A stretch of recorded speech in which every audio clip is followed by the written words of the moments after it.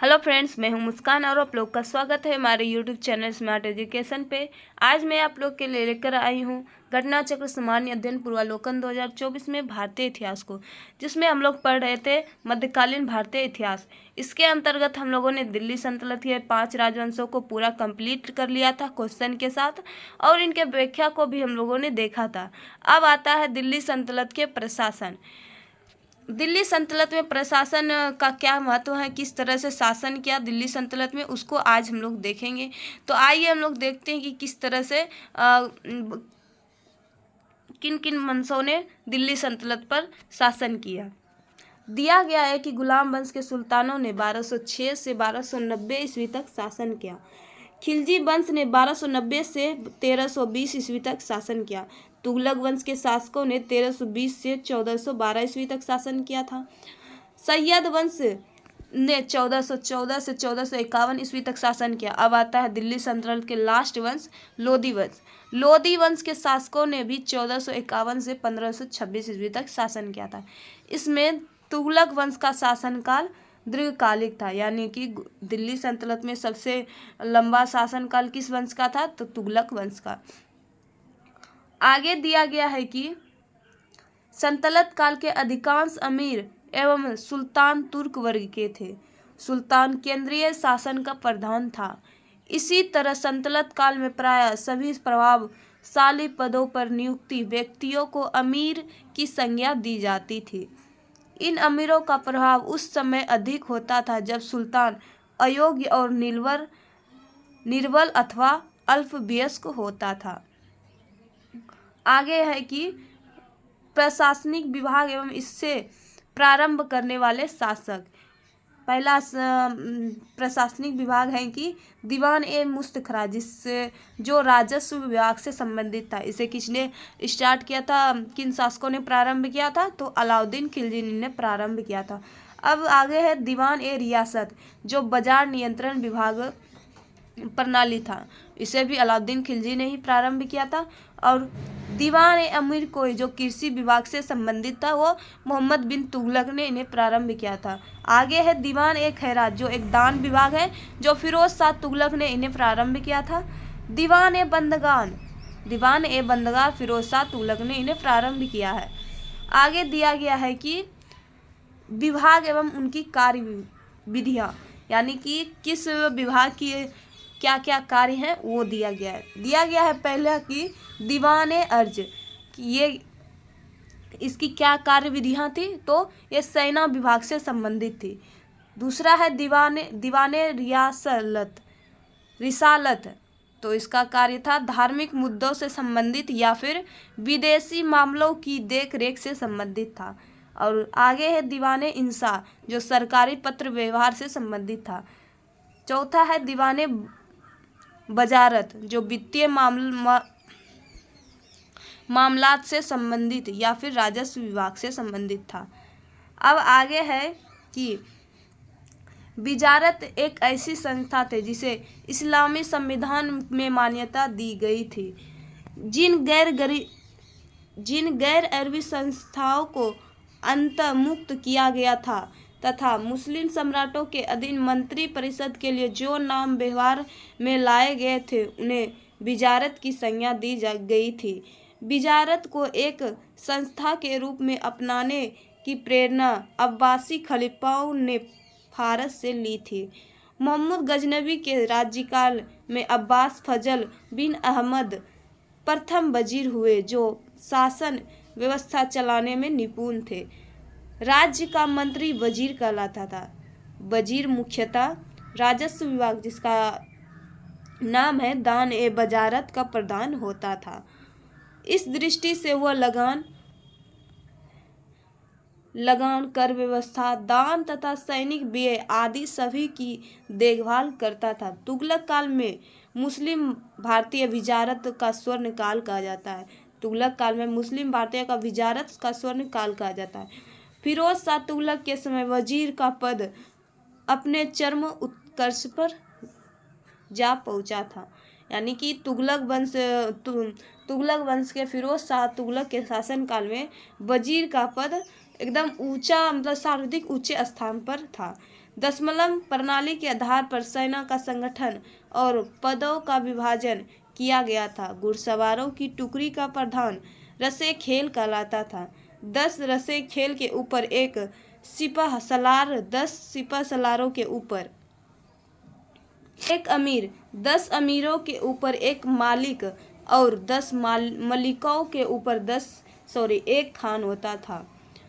सुल्तान सेना का मुख्य सेनापति होता था। फिरोज तुगलक ने कुरान के नियमों को दृष्टि में रखकर कर निर्धारण किया। उसने कुरान में अनुमोदित 4 कर लगाने की अनुमति दी।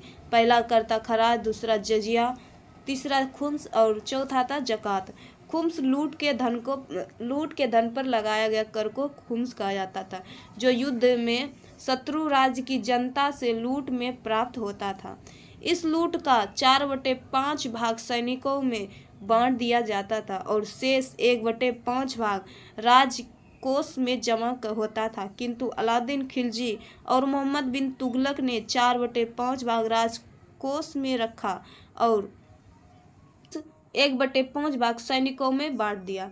सिकंदर लोदी ने गड़े हुए खजानों से कोई हिस्सा नहीं लिया। सल्तनत काल में शासन की सबसे छोटी इकाई ग्राम थी, जो स्वशासन तथा पैतृक अधिकारियों की व्यवस्था के अंतर्गत थी। ग्राम स्तर पर चौधरी भूराजस्व का सर्वोच्च अधिकारी था। आगे है कि सल्तनत कालीन 2 प्रमुख मुद्राएं थी। सल्तनत काल में 2 प्रमुख मुद्राएं थी। पहला थे जीतल और दूसरा टांका। इल्तुतमिश पहला तुर्क शासक था जिसने शुद्ध अरबी सिक्के चलाए। उसी ने 2 प्रमुख सिक्के अर्थात चांदी का टंका और तांबे का जीतल प्रचलित किया। टंका एवं जीतल का अनुपात 1:48 का था। अलाउद्दीन मसूद शाह, जिसका शासनकाल था 1242 से 1246 ईस्वी तक, के सिक्के पर सर्वप्रथम बगदाद के अंतिम खलीफा का नाम अंकित हुआ था। बगदाद के अंतिम खलीफा उल मुस्तसिम थे। यह 1242 से 1258 ईस्वी तक खलीफा रहे। इल्तुतमिश के सिक्के पर खलीफा उल मुस्तसिर का नाम उल्लेखित था, जो 1226 से 1242 ईस्वी तक खलीफा रहे। हसीद एक इस्लामिक कानून है, जबकि जवाबित राज्य कानून से संबंधित है। तो आज हमारा दिल्ली सल्तनत के प्रशासन को भी हम लोगों ने देखा और समाप्त हुआ। और अब इसके क्वेश्चन हैं जो आज हम लोग कुछ क्वेश्चनों को पढ़ेंगे और बाकी बचे क्वेश्चन पार्ट 2 के माध्यम से देखेंगे। तो आइए देखते हैं कि किस तरह से क्वेश्चन दिया गया है। पहला क्वेश्चन है कि इतिहासकार वर्णी ने दिल्ली के सुल्तानों के अधीन भारत में शासन को वास्तव में इस्लामी नहीं माना, क्योंकि ऑप्शन नंबर ए है अधिकतर आबादी इस्लाम का अनुसरण नहीं करती थी। ऑप्शन नंबर बी है कि मुस्लिम धर्मत्वक्ष की अवसर की अपेक्षा की जाती थी। तीसरा है कि सुल्तान ने मुस्लिम कानून के साथ साथ अपने स्वयं को भी नियम बना दिए। और चौथा है गैर मुसलमानों को धार्मिक स्वतंत्र दे दिए गए। तो इसका ऑप्शन नंबर ए सही है कि अधिकतर आबादी इस्लाम धर्म का अनुसरण नहीं करती थी। अब आगे है इसका व्याख्या कि इतिहासकार वर्णी ने दिल्ली के सुल्तानों के अधीन भारत में शासन को वास्तव में इस्लामी नहीं माना, क्योंकि सल्तनत काल में अधिकतर आबादी इस्लाम का अनुसरण नहीं करती थी।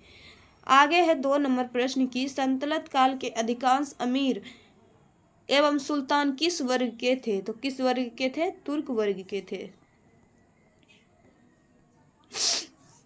सल्तनत काल के अधिकांश अमीर एवं सुल्तान तुर्क वर्ग के थे। सुल्तान केंद्रीय शासन का प्रधान था। इसी तरह सल्तनत काल में प्रायः सभी प्रभावशाली पदों पर नियुक्ति व्यक्तियों को अमीर की संज्ञा दी जाती थी। इन अमीरों का प्रभाव उस समय अधिक होता था जब सुल्तान अयोग्य और निर्बल अथवा अल्पवयस्क होते थे। अब नीचे दिया गया है कथन में दिया गया है कि पहला कथन में कि दिल्ली सल्तनत के राजस्व प्रशासन में राजस्व वसूली के प्रभावी को आमिल कहा जाता था। दूसरा है कि दिल्ली सुल्तानों की इक्ता प्रणाली एक प्रचलित देशी संस्था थी। और तीसरा कथन है कि मीर बख्शी का पद दिल्ली के खिलजी सुल्तानों में दिल्ली के खिलजी सुल्तानों के शासनकाल में अस्तित्व में आया था। अब नीचे दिया गया है कि उपयुक्त में से कौन सा कथन सही है। तो कौन सा कथन इसका सही हो जाएगा कि केवल एक इनका कथन सही है। एक फर्स्ट कथन में क्या है, इस कथन में दिया गया है कि दिल्ली सल्तनत के राजस्व प्रशासन में राजस्व वसूली के प्रभावी को आमिल कहा जाता था। इसके बारे में व्याख्या है कि दिल्ली सल्तनत राजस्व प्रशासन में प्रत्येक परगना, जिसको ग्रामों का समूह कहते हैं, पर एक आमिल या फिर अमल गुजार की नियुक्ति की जाती थी जो परगने के राजस्व संग्रह का कार्य करता था। इक्ता प्रणाली भारत की प्राचीन देशी संस्थाओं न होकर अरब की मौलिक प्रणाली थी, जिसका उद्भव पश्चिम एशिया यानी कि ईरान में हुआ था। इसे दिल्ली सल्तनत में इल्तुतमिश द्वारा लागू किया गया था। मीर बख्शी, जो एक सैन्य विभाग का प्रमुख और मनसबदारों का प्रमुख था, मुगल काल का पद है, न कि सल्तनत काल का। सल्तनत काल में सैन्य विभाग का प्रमुख दीवान ए आजिर कहलाता था। आगे दिया गया है चौथा प्रश्न कि निम्नलिखित में से कौन सी एक विशेषता इक्ता व्यवस्था की नहीं है। फर्स्ट है कि इक्ता एक राजस्व एकत्रित करने की व्यवस्था थी। दूसरा है सियासतनामा इक्ता व्यवस्था की जानकारी का स्रोत था। इक्ता से एकत्रित राजस्व सीधा सुल्तान के खाते में जाती थी। और चौथा है कि मुक्ति को इक्ता से एकत्रित राजस्व से सैनिक रखने पड़ते थे। इसका सही आंसर हो जाएगा ऑप्शन नंबर सी कि एकत्रित राजस्व सीधा सुल्तान के खाते में जाती थी। इसके बारे में दिया गया है व्याख्या की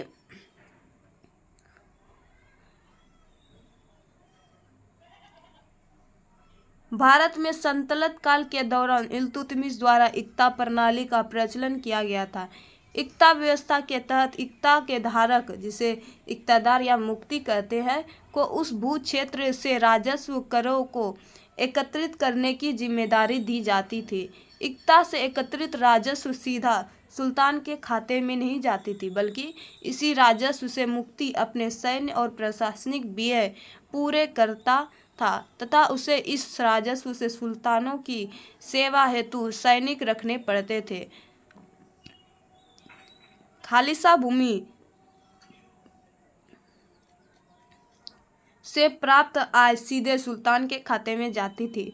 अबू अली हसन इब्न अली तुसी निजाम उल मुल्क की फारसी पुस्तक है सियासतनामा में प्रारंभिक इक्ता व्यवस्था का वर्णन भी मिलता है।